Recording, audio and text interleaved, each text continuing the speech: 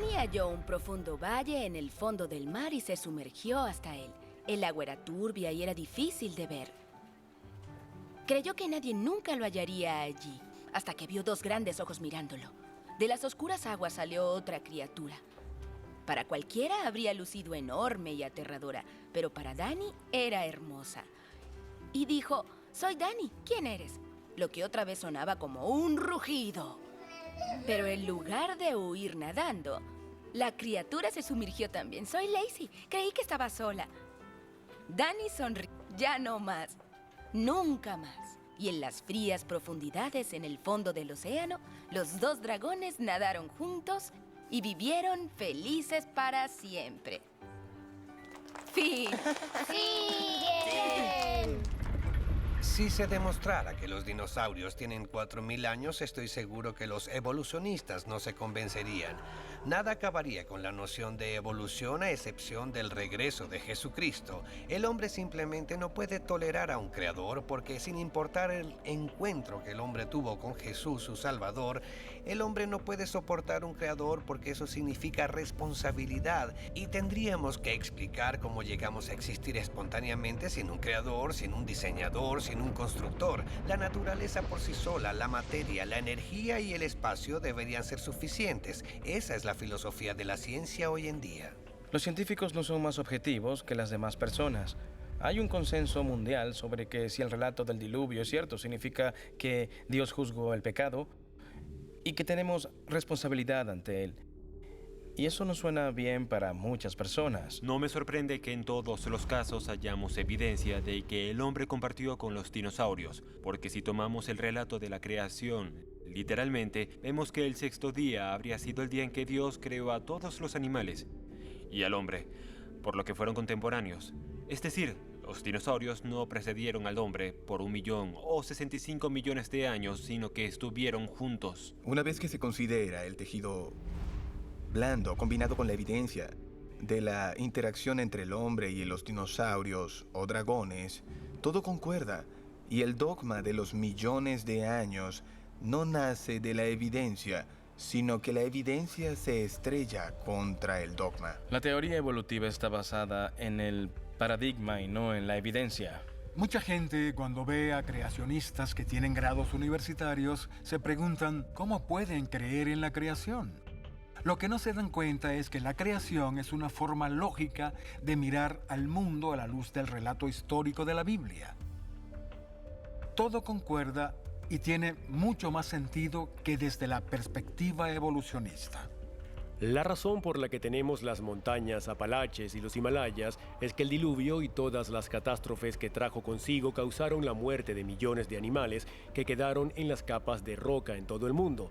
Porque la Biblia dice que todas las montañas fueron cubiertas con agua y todos los animales murieron. El agua llevaría arena y lodo y millones de animales muertos quedarían sepultados bajo capas de roca en todo el planeta. Así que mantengo la idea que explica la Biblia de lo que sucedió en el pasado. Podemos probarla y veremos que la evidencia la apoya abrumadoramente. Realmente me pareció que fue algo especial, porque era como poder decirle a Dios cómo hacer las cosas, cómo poner a Dios en una caja y decirle que comenzara con esto, que usara la evolución. Pero cuando me lo presentaron, inmediatamente fue claro para mí que arrogantes somos. Y luego, cuando comencé a ver la evidencia, mucha de la evidencia de la que hemos hablado hoy, evidencia que se acumula para demostrar que la Biblia tiene razón.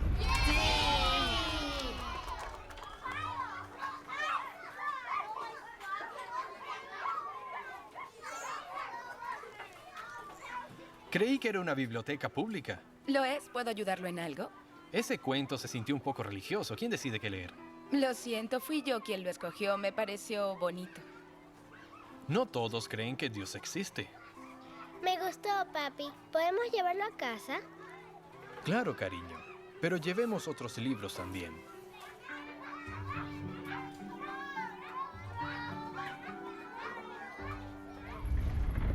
¿Cuál es el punto? Quiero decir, ¿qué importa cuán antigua es una roca o un fósil? ¿Cómo llegó un animal a ser como es?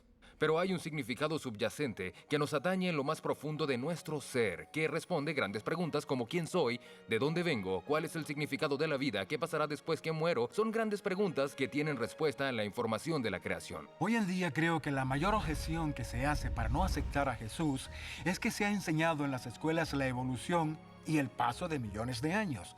Y dicen, ¿cómo se puede confiar en la Biblia cuando habla de Jesús si no se puede confiar en ella cuando habla de la creación? Yo fui ateo porque creí que todo se había creado a sí mismo y porque creí que millones de años de evolución, por lo que era obvio que la historia de la Biblia, de la que dependía el Evangelio, chocaba con una evolución de millones de años, por lo que la Biblia nos enseñaba no tenía sentido. Cuando alguien me dio un libro que explicaba cómo ver los mismos hechos racionalmente de forma tal que fuese satisfactorio, pero correspondiese con la Biblia y vi que tenía más sentido que las edades del evolucionismo, fue entonces cuando me volví cristiano. Los descubrimientos científicos y geológicos están confirmando esos procesos que antes se pensaba que requerían literalmente cientos de miles de millones de años. Ahora se sabe pueden ocurrir muy rápidamente, lo que soporta la creación rápida, el diluvio de la época de Noé, y están añadiendo soporte a la verdadera historia de la Biblia. El conocimiento acerca del Creador es testificado por las creaciones mismas. Las creaciones y el cielo ha declarado la gloria de Dios. Cuando hablamos de astronomía y otros campos, las fronteras de la ciencia son testimonio del diseño, y ese diseño es suficiente para que seamos responsables. La Biblia es muy clara en cuanto a que Dios es omnisciente, sabe todo, y aceptamos que las Escrituras son la palabra de Dios. Entonces tenemos un registro perfecto en el que podemos basar nuestras vidas, nuestras opiniones, y por tanto vemos cómo las opiniones han venido cambiando a lo largo de las décadas y los siglos. Incluso desde un punto de vista de experiencia, tiene sentido que depositemos nuestras esperanzas y nuestra fe en la sabiduría de Dios y no en la sabiduría del hombre. En un tribunal se tiene un juez y un jurado que considerarán los testimonios, y si se quiere establecer lo que sucedió en el pasado en la escena del crimen, cuentan con toda la evidencia forense, pero los científicos forenses están interpretando lo que las muestras de sangre significan y cuál sería el ángulo del disparo y todo lo demás, pero se están equivocando. El juez y el jurado deben decidir en base al testigo ocular que estuvo allí y puede describir exactamente dónde estaba el asesino con el arma, exactamente cuando ocurrió el disparo, y justamente eso es lo que tenemos con la Biblia.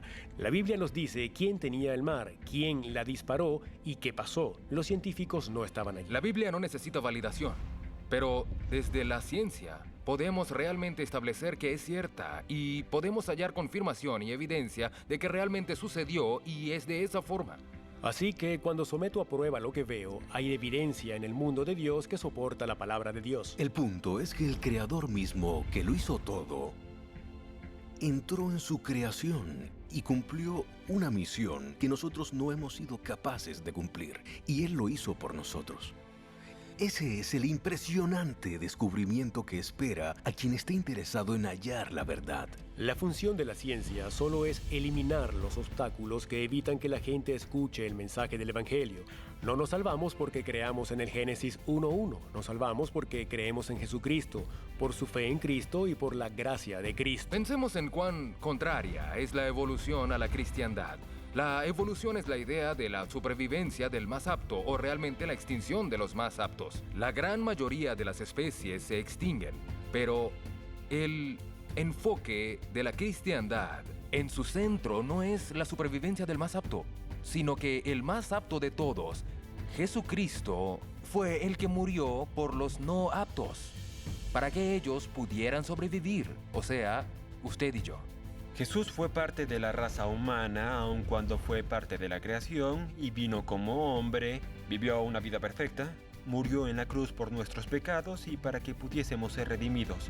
Y la persona que lo reconoce y es capaz de sentirse humilde ante Dios, se arrepiente de sus pecados y recibe con fe a Jesucristo en lo que la Biblia llama renacer. Esa persona recibe una nueva vida. pues estaban muertos en su pecado, y ahora su nueva vida viene de su genuina relación con Jesucristo.